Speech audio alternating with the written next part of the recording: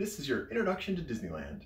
This is just a lay of the land to give you an idea of the geography of the place and help you out if you've never been there before or if you are going back after a long break. I'm going to start off by telling you that there is one entrance to Disneyland right here at the bottom, the south end of Disneyland. And you'll arrive there either by a tram that comes from a parking lot on this side or on this side, or there's a small chance you'll arrive by Monorail, which enters the park here. But I'm assuming that you're going to take one of these, you're going to park your car, you're going to take one of these trams, and then you're going to walk in here and go through one of these ticket turnstiles right here. I want to tell you about the size of the place.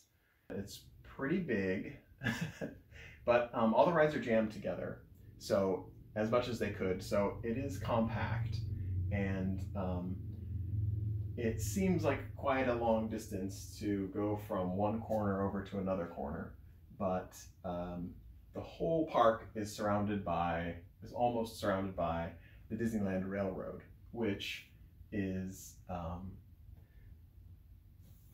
1.2 miles in length total. So by that you can guess that the diameter of Disneyland is about 1/3 of a mile. In fact, I wanted to make a scale model mile, like a red stick that was a mile long compared to this map, to show you how far you'd walk. But that red stick on this map would be 7.5 feet long. So walking the whole distance is not a mile. And to help you further orient you on the size of the place, this is a satellite photo of an American football field with a track around it, the kind that I had at my high school and maybe had at your high school.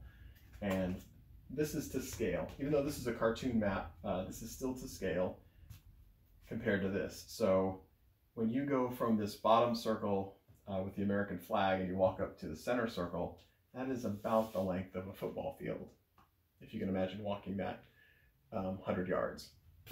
And then if you walk from the center circle up to Carousel, it's another 100 yards. And then from the Carousel up to Small World, it's going to be another 100 yards, or the equivalent of a football field and all the end zones and everything.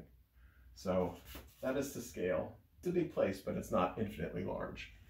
I was going to do something similar with an 18-hole golf course, but it turns out that an 18-hole golf course is about this wide and about this tall. So if you've ever been on an 18-hole golf course and walked around for 3 hours, this is going to be similar to that, but with no cart.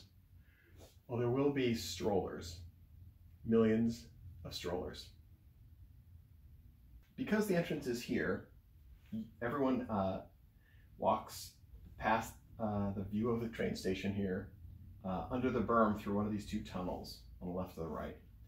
And then once you pop out on the other side of the tunnel, you're in Disneyland. And you're in the first land, which is called Main Street, USA, right here. It runs straight north up to this center hub circle where there's a statue of Walt Disney and Mickey together here. So beautiful photo opportunity there with the castle here. The castle is your entrance to Fantasyland, which includes a lot of rides based on early Disney movies, and it's got, like, for instance, Dumbo and Snow White and Sleeping Beauty and Mr. Toad's Wild Ride. If you turn right, you go into Tomorrowland. This is all Tomorrowland here on the right side. And if you take a sharp left, you'll end up in Adventureland from the hub, where you'll find Indiana Jones Adventure and Jungle Cruise. If you take a more lazy left, you'll end up in Frontierland, which is like an Old West land based on the American frontier. And then if you continue on, both of those paths meet back up again at the bottom of this river, and they lead to New Orleans Square, which is infamous for Pirates of the Caribbean and Haunted Mansion. And if you keep going, this leg out here used to be a dead end at Critter Country, but it's not a dead end anymore. It connects up with this path to this huge addition here, Galaxy's Edge, which is the Star Wars land in Disneyland. So that is, from the hub, the left side of the map is contains a lot of different lands, and it's complex. And the right-hand side of the map is Tomorrowland, and Mickey's Toontown is way up here, which is kind of a dead end.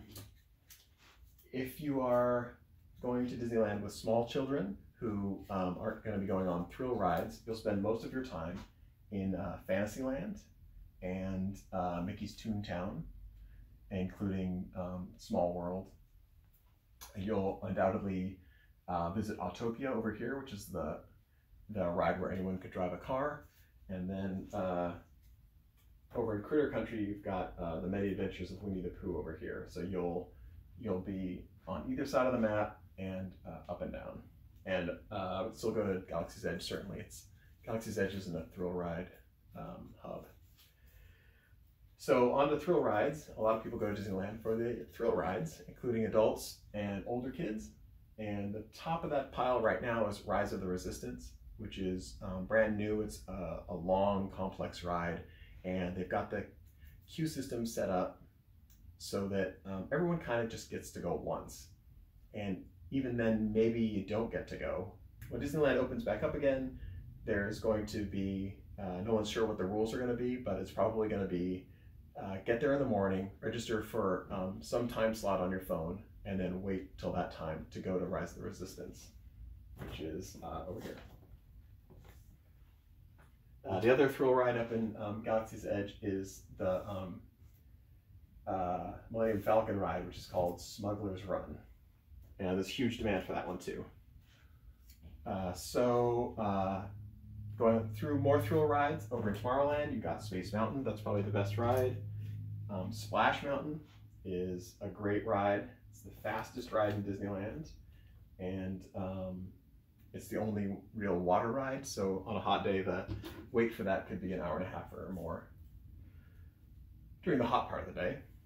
A great ride that has shorter lines is a Thunder Mountain Railroad. I hope you ride that. That's really good. Indiana Jones's ride is a new kind of thrill ride. It's awesome also. Matterhorn is a classic over here. You'll notice a lot of these are mountains. Thrill rides are based on mountain names, but they're all over the place. And then also in Tomorrowland is Star Tours here at the entrance of Tomorrowland, which is a popular ride. I don't know what the height limit is for that, but it's a younger kid ride too. It's great. I'm going to also go through about 10 classic Disney rides now that you won't want to miss, although you might not have time for them all. And chief among those is Pirates of the Caribbean, which is here in Adventureland. And then I've got Teacups, which is over here in Fantasyland. At least want to see that. It's so famous. Also in Fantasyland is the Dumbo ride. And back down here is Haunted Mansion in New Orleans Square. I want to talk about New Orleans Square. This is a little shopping district down here. So in terms of shopping, you've got a ton of shopping on Main Street, USA, and you've got a ton of shopping here in New Orleans Square. Galaxy's Edge has a ton of small shops and booths and snack bar type places. And there is shopping here too, but it's not too crazy. And also Fantasyland has its share. All right, so next I've got Small World. That's about as famous as they get. That's a great ride. Jungle Cruise is down here. It's really fun, and that's good for kids too. Peter Pan is one of 4 or 5 rides based on early Disney films in Fantasyland. Peter Pan's probably the best one of those. Submarine ride, you're not going to get anywhere else in the world except for Disneyland. It's a pretty great submarine ride. It's crazy. Next to that is the Monorail Station. It's cool. It's not a thrill ride. It's Pretty rad though. And we've got over here, you'll notice that this River of America is in a circle, and in the middle is an island. That's Tom Sawyer Island. It's got like a pirate treasure hideaway in there, a pirate cave, and a fort. It's pretty great. You've got to take a little raft over to get there and to get back. So there's no bridge or anything. It's cool. Down here is Enchanted Tiki Room, just inside Adventureland.